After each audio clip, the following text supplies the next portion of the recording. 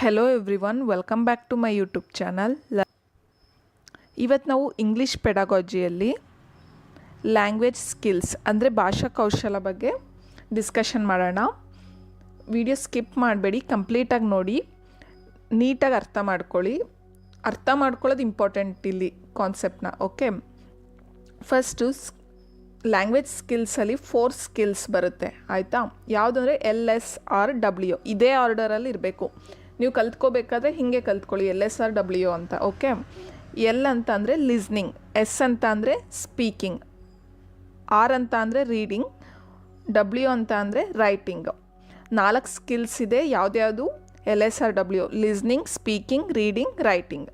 Listening ಅಂತ ಅಂದರೆ ಆಲಿಸೋ ಅಂಥದ್ದು, ಕೇಳಿಸ್ಕೊಳ್ಳೋ ಅಂಥದ್ದು. ಸ್ಪೀಕಿಂಗ್ ಮೀನ್ಸ್ ಮಾತಾಡೋದು. ರೀಡಿಂಗ್ ಅಂತ ಅಂದರೆ ಓದೋ ಅಂಥದ್ದು. ರೈಟಿಂಗ್ ಬರೆಯೋದು. ಓಕೆ, ನಾವು ಭಾಷೆ ಕಲಿಬೇಕಾದ್ರೆ ಯಾವುದೇ ಭಾಷೆ ಆಗಿರ್ಬೋದು, ಫಸ್ಟ್ ಏನು ಮಾಡ್ತೀವಿ? ಈಗ ಯಾವುದೋ ಒಂದು ಭಾಷೆ ನಮ್ಗೆ ಗೊತ್ತಿಲ್ಲ, ಬೇರೆ ಸ್ಟೇಟ್ಗೆ ಹೋಗ್ತೀವಿ, ನಮ್ಗೆ ಆ ಭಾಷೆ ಗೊತ್ತಿಲ್ಲ. ಫಸ್ಟ್ ಏನು ಮಾಡ್ತೀವಿ? ಅವ್ರು ಏನು ಮಾತಾಡ್ತಾರೆ ಅನ್ನೋದನ್ನ ಕೇಳಿಸ್ಕೊಳ್ಳೋಕ್ಕೆ, ಆಲಿಸೋಕ್ಕೆ ಟ್ರೈ ಮಾಡ್ತೀವಿ, ಅದು ಲಿಸ್ನಿಂಗ್. ನೆಕ್ಸ್ಟ್ ಏನು ಮಾಡ್ತೀವಿ? ಅವ್ರು ಏನು ಮಾತಾಡ್ತಾರೆ ಅದನ್ನೇ ಮಾತಾಡೋಕ್ಕೆ ನಾವು ಕೂಡ ಟ್ರೈ ಮಾಡ್ತೀವಿ, ಅದೇನದು ಸ್ಪೀಕಿಂಗ್. ನೆಕ್ಸ್ಟ್ ಅಲ್ಲಿ ಏನಿದೆ ಬೋರ್ಡಲ್ಲಿ ಆಗಿರ್ಬೋದು, ಪೋಸ್ಟರ್ಸ್ ಅಲ್ಲ ಏನಿರುತ್ತೆ ಅದನ್ನು ಓದೋದಕ್ಕೆ ಟ್ರೈ ಮಾಡ್ತೀವಿ. ಓದೋದು ಟ್ರೈ ಆದಮೇಲೆ ನಾವೇನು ಮಾಡ್ತೀವಿ? ಆ ಭಾಷೆನ ಬರೆಯೋದಕ್ಕೆ ಟ್ರೈ ಮಾಡ್ತೀವಿ.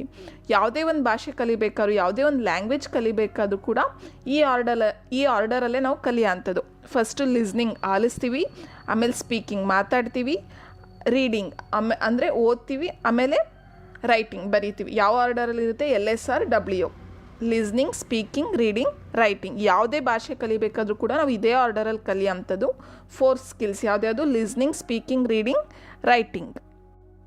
ನೆಕ್ಸ್ಟು ಈ 4 ಸ್ಕಿಲ್ಸ್ನ 2 ಟೈಪ್ಸ್ ಆಗಿ ಡಿವೈಡ್ ಮಾಡಿರೋ ಅಂಥದ್ದು. First one receptive or passive skills ಅಂತ. ರಿಸಿಪ್ಟಿವ್ ಅಂತ ಅಂದರೆ ಅದನ್ನು ಗ್ರಹಿಸೋದು. ಸುಮ್ಮನೆ ಪ್ಯಾಸಿವ್ ಅಂತ ಅಂದರೆ ನಿಷ್ಕ್ರಿಯವಾಗಿ ಸುಮ್ಮನೆ ಗ್ರಹಿಸೋದು, ಯಾವುದೇ ಆ್ಯಕ್ಟಿವಿಟೀಸ್ ಇರಲ್ಲ, ಅಲ್ಲಿ ಆ್ಯಕ್ಷನ್ ಇರಲ್ಲ, ಏನಿಲ್ಲ, ಪ್ಯಾಸಿವ್ ಆಗಿ ನಿಷ್ಕ್ರಿಯವಾಗಿ ಗ್ರಹಿಸೋ ಅಂಥದ್ದು. ರಿಸಿಪ್ಟಿವ್ ಮತ್ತು ಪ್ಯಾಸಿವ್ ಸ್ಕಿಲ್ಸ್ ಯಾವುದ್ಯಾವುದು ಅಂತ ಅಂದರೆ ಲಿಸ್ನಿಂಗ್ ಮತ್ತು ರೀಡಿಂಗ್. ಇಲ್ಲೇನಾಗುತ್ತೆ? ರಿಸಿಪ್ಟಿವ್ ಲಿಸ್ನಿಂಗ್ ಅಂದರೆ ಜಸ್ಟ್ ನಾವು ಗ್ರಹಿಸ್ತಾ ಇರ್ತೀವಿ, ನಿಷ್ಕ್ರಿಯವಾಗಿ ಸುಮ್ಮನೆ ಕೇಳಿಸ್ಕೊತಾ ಇರ್ತೀವಿ ಅದನ್ನು. ರೀಡಿಂಗ್ ಮಾಡಬೇಕಾದ್ರೂ ಅಷ್ಟೇ, ಸುಮ್ಮನೆ ಅಲ್ಲಿ ಇರೋದನ್ನ ನಾವು ಸುಮ್ಮನೆ ಓದ್ತಿರ್ತೀವಿ ನಿಷ್ಕ್ರಿಯವಾಗಿ, ಅಲ್ವಾ?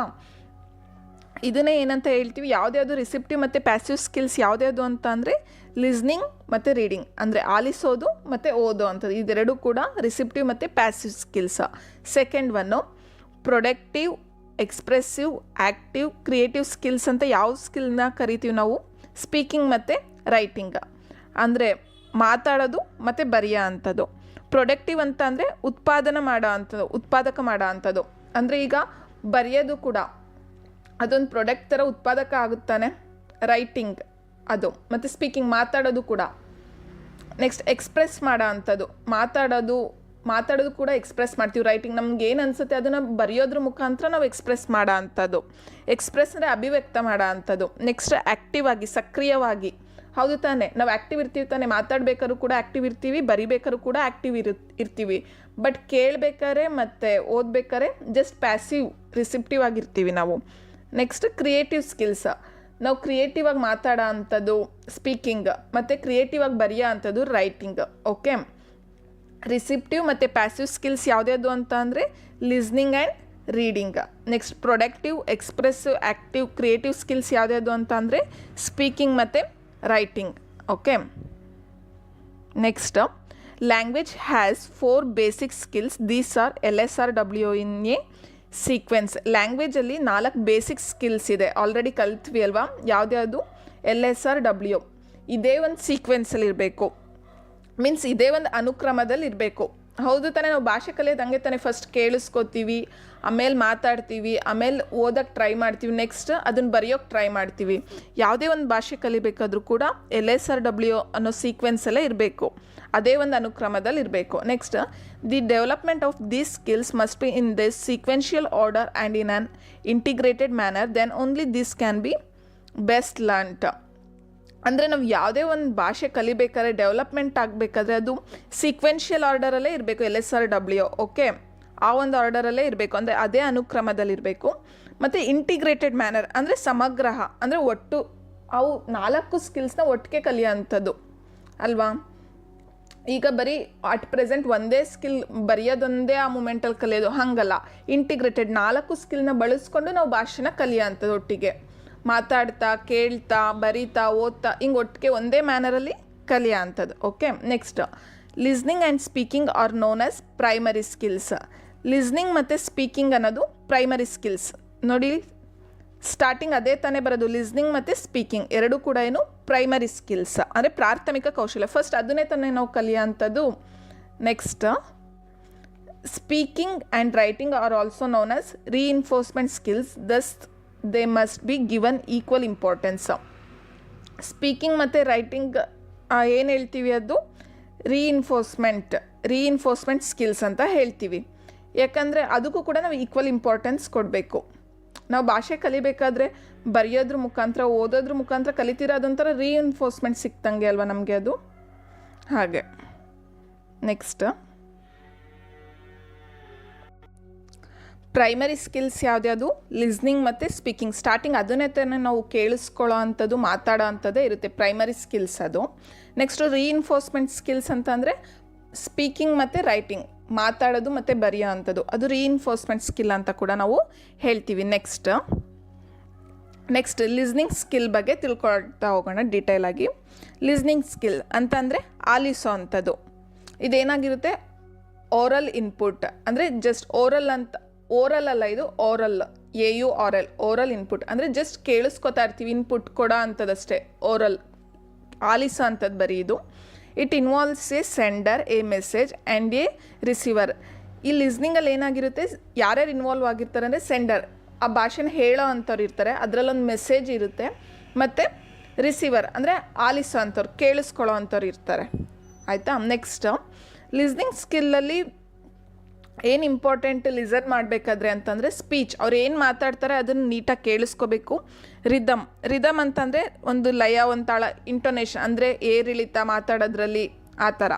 ಪ್ರೊನೌನ್ಸಿಯೇಷನ್ ಅಂದರೆ ಉಚ್ಚಾರಣೆನ ನೀಟಾಗಿ ಕೇಳಿಸ್ಕೋಬೇಕು.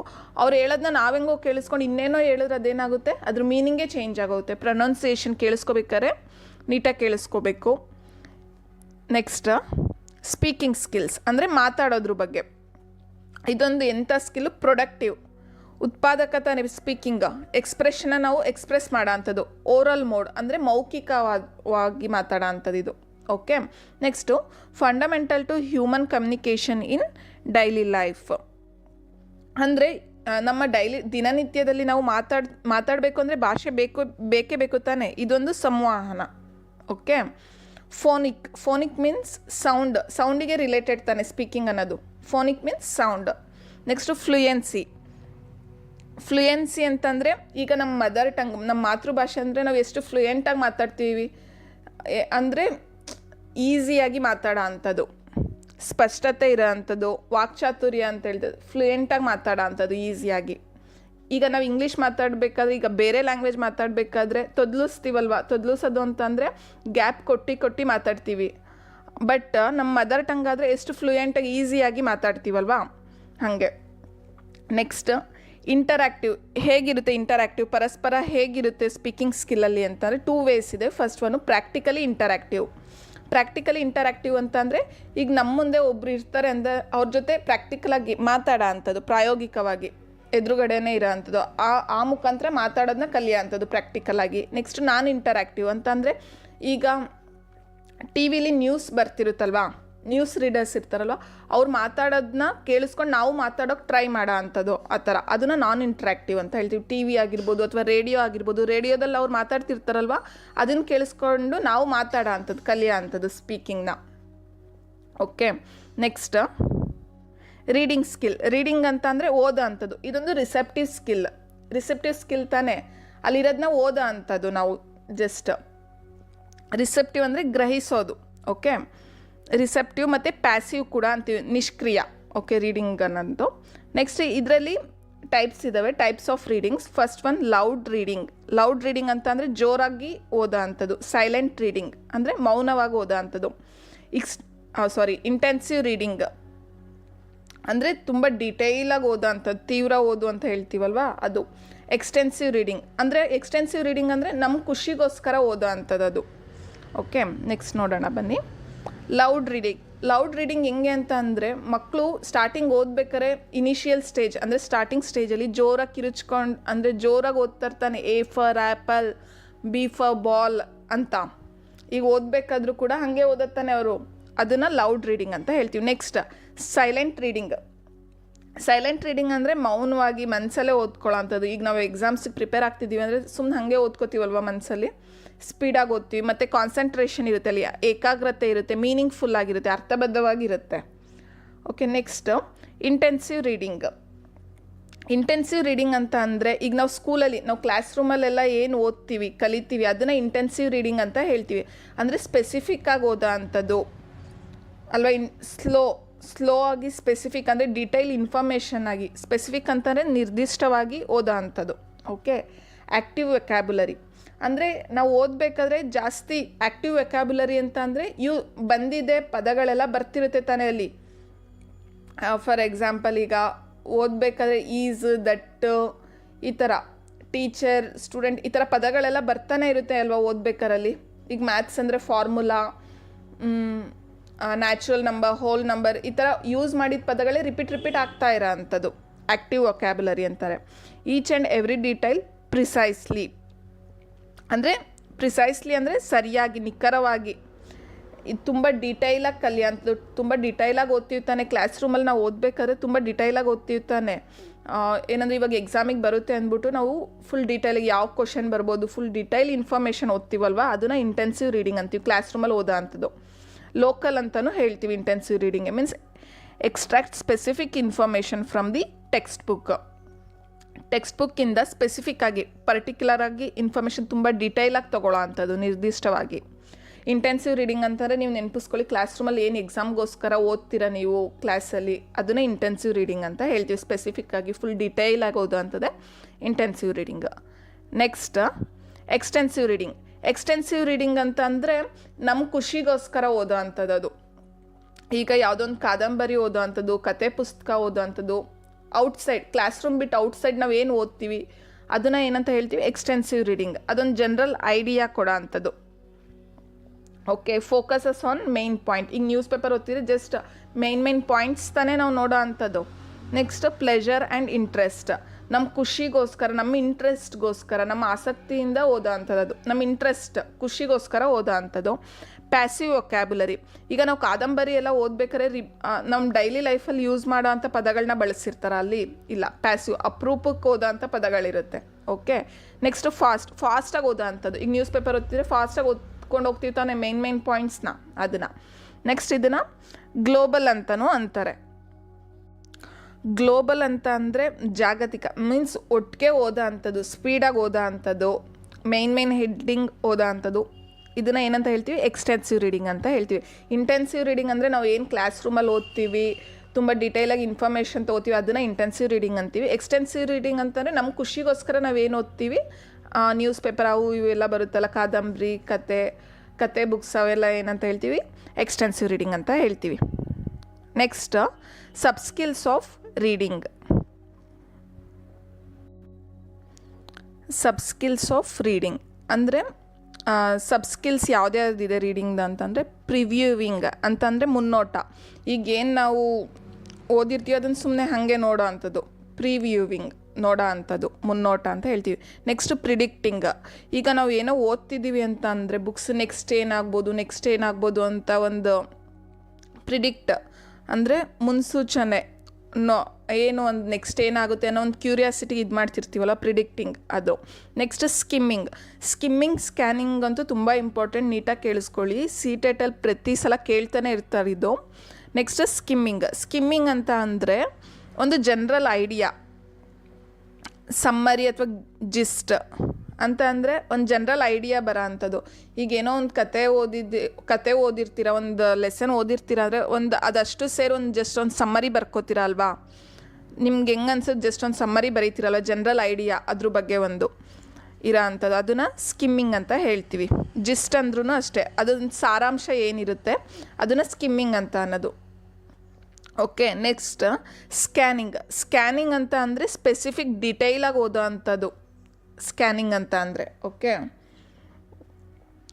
ಅದು ಇಲ್ಲೇನೋ ಪ್ರಿಡಿಕ್ಟಿಂಗ್ ಎಕ್ಸ್ಟ್ರಾ ಬಂದಿದೆ, ಇದೇನಿಲ್ಲ ಇಲ್ಲಿ. ಸ್ಕ್ಯಾನಿಂಗ್ ಅಂತ ಅಂದರೆ ಸ್ಪೆಸಿಫಿಕ್ ಡಿಟೈಲ್ ಇನ್ಫಾರ್ಮೇಷನಾಗಿ ಓದೋ ಅಂಥದ್ದು. ಸ್ಕ್ಯಾನಿಂಗ್ ಅಂತಂದರೆ ಡಿಟೈಲಾಗಿ ಪ್ರತಿಯೊಂದು ನೋಡೋ ಅಂಥದ್ದು. ನೀವು ಹೆಂಗೆ ನೆನ್ಪಿಟ್ಕೊಳ್ಳಿ ಅಂತಂದರೆ, ಈಗ ಹಾಸ್ಪಿಟಲ್ಗೆ ಹೋದರೆ ಸ್ಕ್ಯಾನಿಂಗ್ ಮಾಡಿಸ್ತಿರಲ್ವ, ಫುಲ್ ಡೀಪಾಗಿ ಏನಾಗಿದೆ, ಏನು ಡಿಸೀಸ್ ಆಗಿದೆ ಅಂತ ಸ್ಕ್ಯಾನ್ ಮಾಡಿ ನೋಡೋ ಅಂಥದ್ದು, ಡಿಟೈಲಾಗಿ ಫುಲ್ ಸ್ಪೆಸಿಫಿಕ್ಕಾಗಿ ನೋಡೋ ಅಂಥದ್ದು, ಅದು ಸ್ಕ್ಯಾನಿಂಗ್.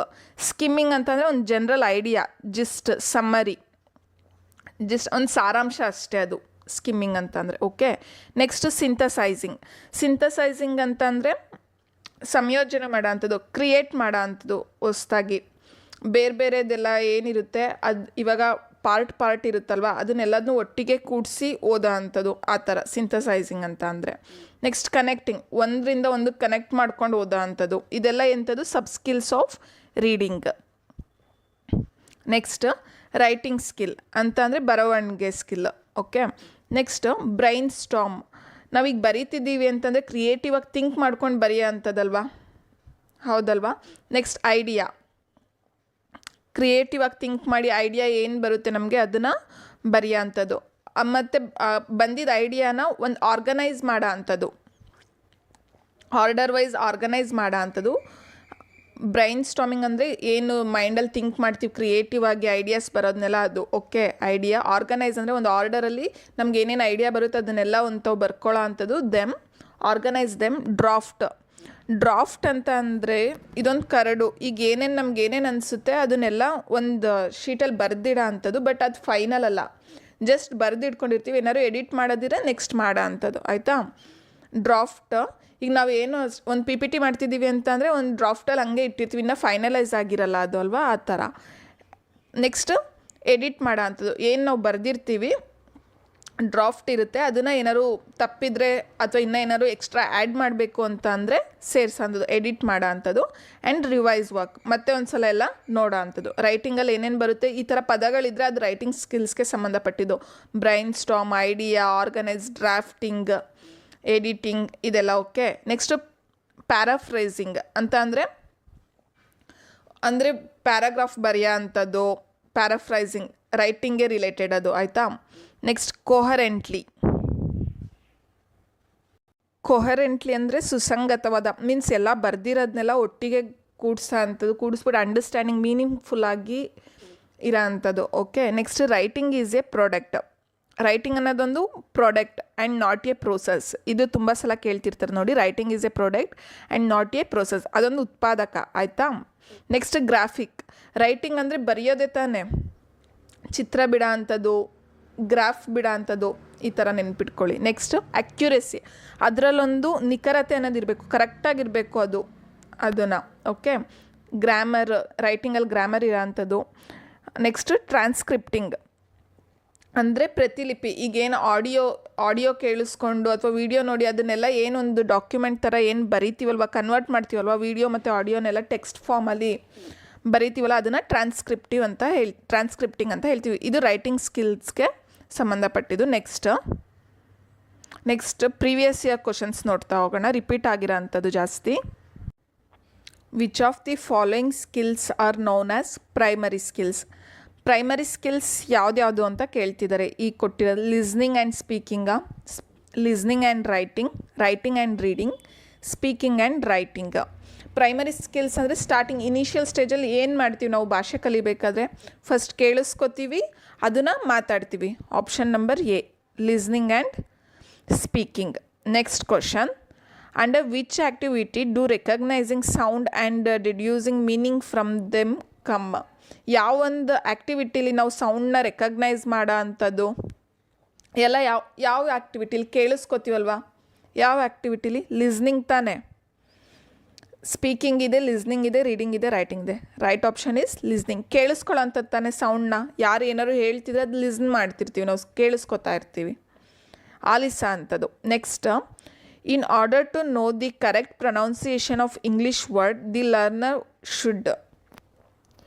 ಈಗ ಏನು ಪ್ರೊನೌನ್ಸ್ ಮಾಡ್ತಿರ್ತಾರಲ್ವಾ ಅವಾಗ ನಾವು ಏನು ಕೇಳಿಸ್ಕೊಳ್ಳೋ ಅಂಥದ್ದು ಕರೆಕ್ಟಾಗಿ ಕೇಳಿಸ್ಕೋಬೇಕು ಅಂತ ಅಂದರೆ ನಮಗೇನು ಗೊತ್ತಿರಬೇಕು? Learner should know what? Know how to write the words. ಆ ವರ್ಡ್ಸ್ಗಳನ್ನ ಹೆಂಗೆ ಬರೆಯೋದು ಅಂತ ಗೊತ್ತಿರಬೇಕು. Know the spelling meanings and how they are pronounced. ಅವರು ಅದು ವರ್ಡ್ ಏನು ಮಾತಾಡ್ತಾರೆ ಅದು ಸ್ಪೆಲ್ಲಿಂಗ್ ಗೊತ್ತಿರಬೇಕು, ಅದ್ರ ಮೀನಿಂಗ್ ಅರ್ಥ ಗೊತ್ತಿರಬೇಕು, ಮತ್ತು ಹೇಗೆ ಪ್ರೊನೌನ್ಸೇಷನ್ ಅಂದರೆ ಹೇಗೆ ಉಚ್ಚಾರಣೆ ಮಾಡ್ತಾರೆ ಅನ್ನೋದು ಗೊತ್ತಿರಬೇಕು.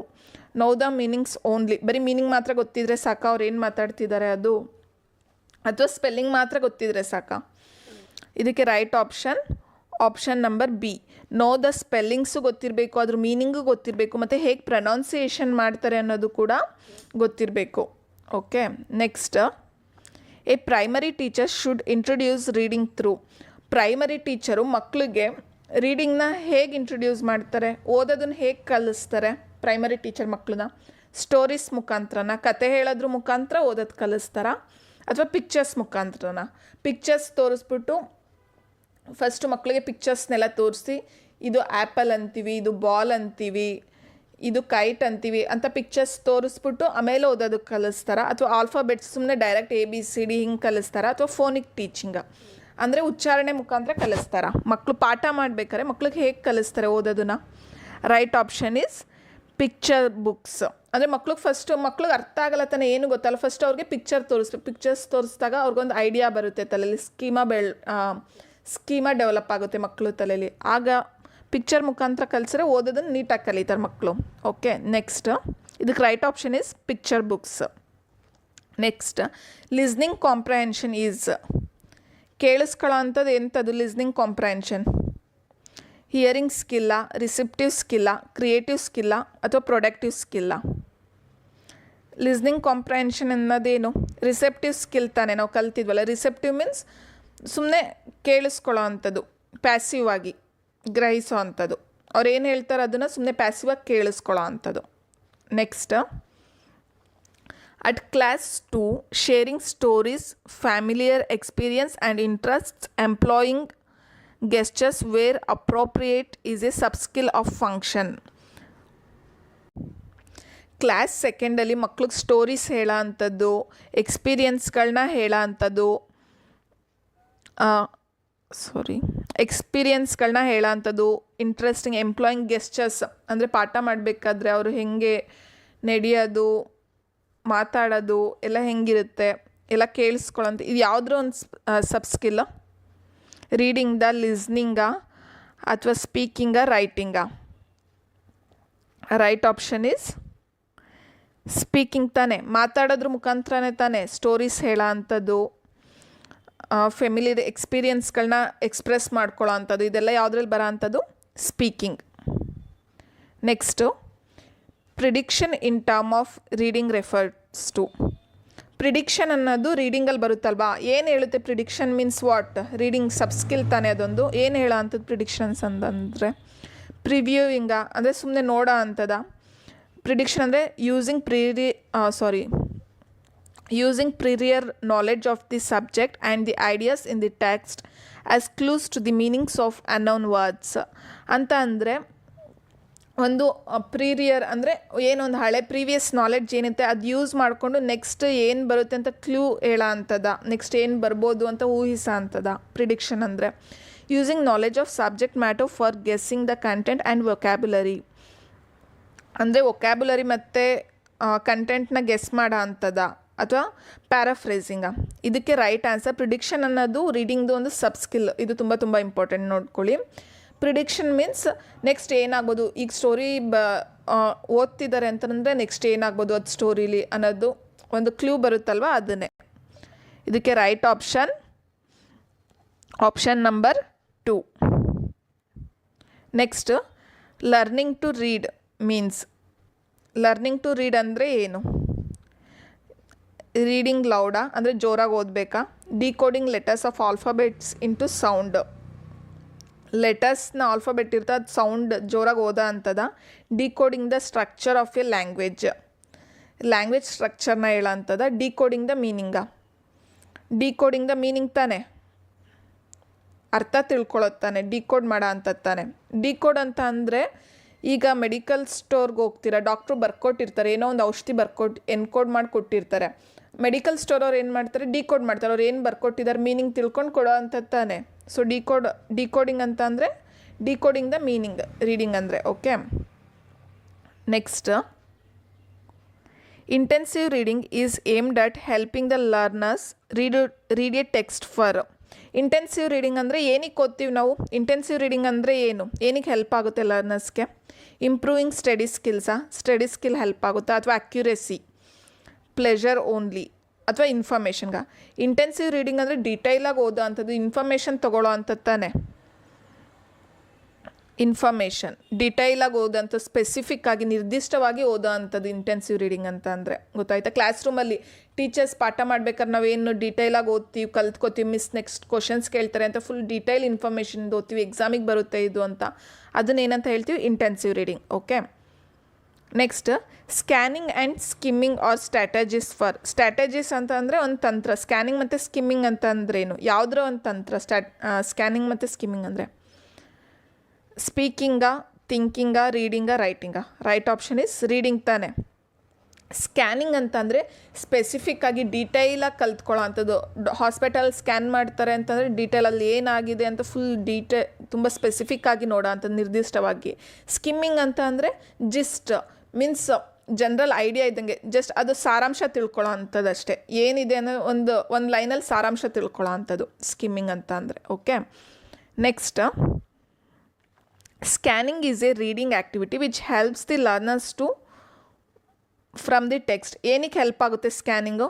ಡ್ರಾ ಔಟ್ ಇನ್ಫಾರ್ಮೇಷನ್ನ, develop competency in linguistic items, know the meanings of the words, enrich the vocabulary. Draw out the information ತಾನೆ, ಇನ್ಫಾರ್ಮೇಷನ್ ತಗೊಳ್ಳೋ ಅಂಥದ್ದು. Okay, next conventions of writing include. Conventions means ಸಂಪ್ರದಾಯಗಳು ಏನಿದೆ ರೈಟಿಂಗ್ ಬರೀಬೇಕಾದ್ರೆ ಅಂತ. ಸ್ಟೋರಿ ಐಡಿಯಾಸಾ, ಪ್ರಾಪರ್ ಪಂಕ್ಚುಯೇಷನ್ಸಾ, ಇಮ್ಯಾಜಿನೇಷನ್ಸಾ, ಗುಡ್ ವ್ಯಾಕ್ಯಾಬ್ಯುಲರಿನಾ? ಇದಕ್ಕೆ right option number B, proper punctuations. Means ಇವಾಗ ಬರೀಬೇಕು ಅಂದರೆ ಕಾಮ ಕರೆಕ್ಟಾಗಿರಬೇಕು, ಪುಲಿ ಸ್ಟಾಪ್ ಕರೆಕ್ಟಾಗಿರಬೇಕು, ಕ್ವಶನ್ ಮಾರ್ಕ್ ಕರೆಕ್ಟಾಗಿರಬೇಕು. ಪ್ರಾಪರ್ ಪಂಕ್ಚುಯೇಷನ್ಸ್ ಅಂದರೆ ಕರೆಕ್ಟಾಗಿರೋ ಅಂಥದ್ದೆಲ್ಲ, ಪುಲಿ ಸ್ಟಾಪ್, ಕಾಮ, ಸೆಮಿಕೋಲನ್ ಇದೆಲ್ಲ ಕರೆಕ್ಟಾಗಿ ಹಾಕೋ ಅಂಥದ್ದು.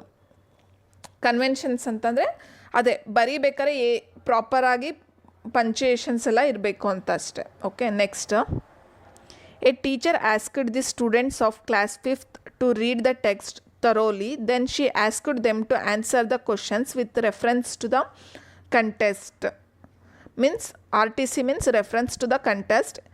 In this process she encouraging student for. Teacher ಹೇಳ್ತಿದ್ದಾರೆ ಟೆಕ್ಸ್ಟ್ ಬುಕ್ನ ನೀಟಾಗಿ ಓದಿ, ಆಮೇಲೆ ನಾನು ಕ್ವಶನ್ಸ್ ಕೇಳ್ತೀನಿ ಅದಕ್ಕೆ ರಿಲೇಟೆಡ್ ಅಂತ. ಇದು ಯಾವುದಕ್ಕೆ ರಿಲೇಟೆಡ್ ಆಗಿರೋ ಅಂಥದ್ದು?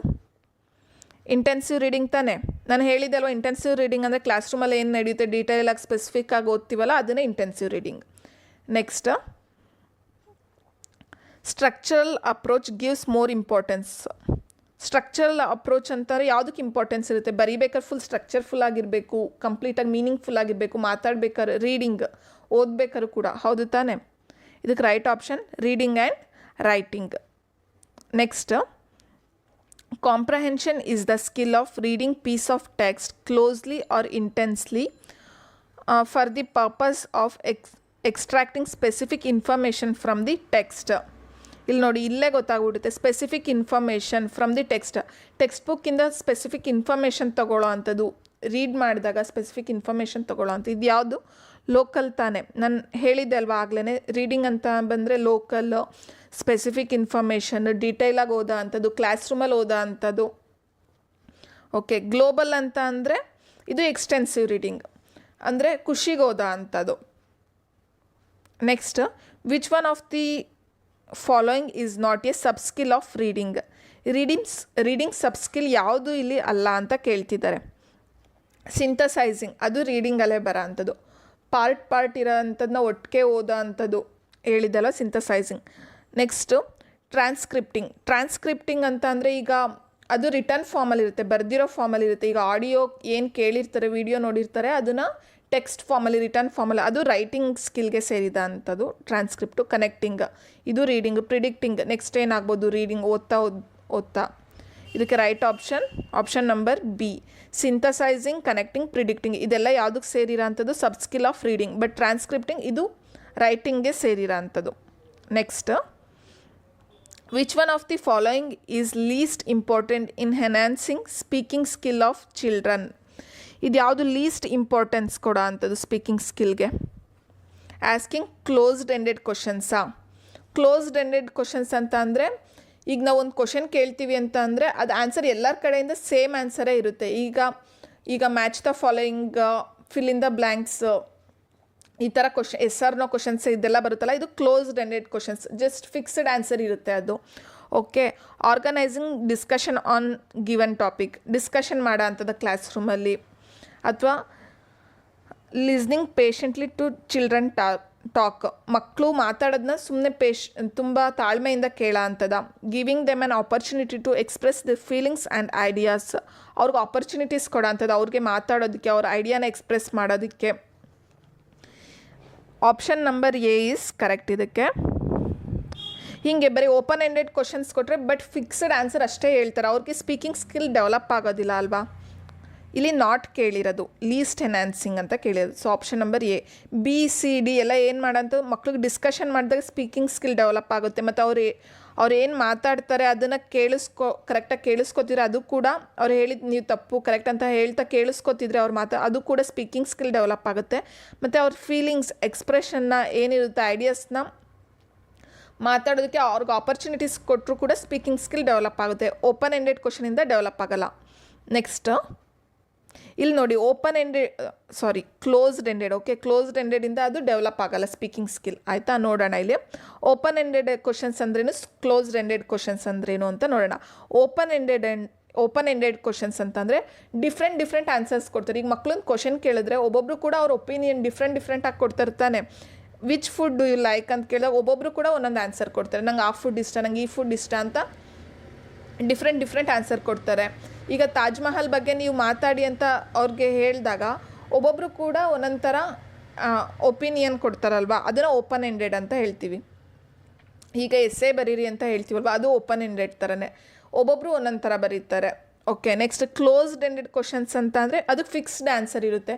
ಈಗ ಏನಾದ್ರು ಕ್ವಶನ್ ಕೇಳಿದ್ರೆ ಎಸ್ ಆರ್ ನೋ ಕ್ವಶನ್ಸ್ ಇರ್ಬೋದು, ಮ್ಯಾಚ್ ದ ಫಾಲೋಯಿಂಗ್ ಇರ್ಬೋದು, ಫಿಲ್ ಇನ್ ದ ಬ್ಲ್ಯಾಂಕ್ಸ್, ಇದೆಲ್ಲ ಫಿಕ್ಸ್ಡ್ ಆನ್ಸರ್ ತಾನೆ, ಎಲ್ಲರೂ ಸೇಮ್ ಬರೀಲೇಬೇಕು ಅದಕ್ಕೆ. ಈಗ ಫಾರ್ ಎಕ್ಸಾಂಪಲ್ ಏನು ಹೇಳ್ಬೋದು, ಇದು ಕ್ಲೋಸ್ಡ್ ಎಂಡೆಡ್ ಕ್ವಶನ್ಸ್ಗೆ ಅಂದರೆ, ಈಗ ನಿಮ್ಮ ಸ್ಕೂಲ್ ಹೆಸರೇನು ಅಂತ ಮಕ್ಳನ್ನ ಕೇಳಿದಾಗ ಫಿಕ್ಸ್ಡ್, ಈಗ ಒಂದು ಕ್ಲಾಸ್ ರೂಮಲ್ಲಿ ಒಂದೇ ಸ್ಕೂಲಲ್ಲಿ ಇರ್ತಾರೆ ಮಕ್ಕಳು, ಈಗ ನಿಮ್ಮ ಸ್ಕೂಲ್ ಹೆಸರೇನು ಅಂದಾಗ ಎಲ್ಲರೂ ಒಂದೇ ಆನ್ಸರ್ ಕೊಡ್ತಿರ್ತಾನೆ, ಅದನ್ನು ಕ್ಲೋಸ್ಡ್ ಎಂಡೆಡ್ ಕ್ವಶನ್ಸ್ ಅಂತ ಹೇಳ್ತೀವಿ. ಫಿಕ್ಸ್ಡ್ ಆನ್ಸರ್, ಎಲ್ಲರ ಕಡೆಯಿಂದ ಸೇಮ್ ಆನ್ಸರ್ ಬರೋದನ್ನು ಕ್ಲೋಸ್ಡ್ ಎಂಡೆಡ್ ಕ್ವಶನ್ಸ್ ಅಂತ ಹೇಳ್ತೀವಿ. ಓಪನ್ ಎಂಡೆಡ್ ಅಂದರೆ ಡಿಫ್ರೆಂಟ್ ಆನ್ಸರ್ಸ್ ಇರುತ್ತೆ ಅಲ್ವಾ, ಅವ್ರಿಗೆ ಏನು ಅನಿಸುತ್ತೆ ಅದನ್ನು ಹೇಳ್ತಾರೆ, ತುಂಬ ಮಾತಾಡ್ತಿರ್ತಾರೆ, ಅವಾಗ ಏನಾಗುತ್ತೆ ಸ್ಪೀಕಿಂಗ್ ಸ್ಕಿಲ್ ಡೆವಲಪ್ ಆಗೋ ಅಂಥದ್ದು ಓಪನ್ ಎಂಡೆಡಲ್ಲಿ. ಕ್ಲೋಸ್ಡ್ ಎಂಡೆಡಲ್ಲಿ ಜಸ್ಟ್ ಕೇಳಿದಕ್ಕಷ್ಟೇ ಆನ್ಸರ್ ಮಾಡಿಬಿಟ್ಟು ಸುಮ್ಮನಾಗೋ ಅಂಥದ್ದು, ಫಿಕ್ಸ್ಡ್ ಆನ್ಸರ್ ಇರೋ ಅಂಥದ್ದು. ಐ ಹೋಪ್ ಈ ಕ್ಲಾಸ್ ಎಲ್ಲರಿಗೂ ಅರ್ಥ ಆಗಿದೆ ಅಂದ್ಕೊತೀನಿ. ಅರ್ಥ ಆಗಿದರೆ ನನ್ನ ಚಾನಲ್ಗೆ ಸಬ್ಸ್ಕ್ರೈಬ್ ಆಗಿ, ಹಾಗೆ ಪಕ್ಕದಲ್ಲಿರೋ ಬೆಲ್ ಐಕಾನ್ನ ಪ್ರೆಸ್ ಮಾಡಿ, ಲೈಕ್ ಮಾಡಿ, ಶೇರ್ ಮಾಡಿ. Thank you.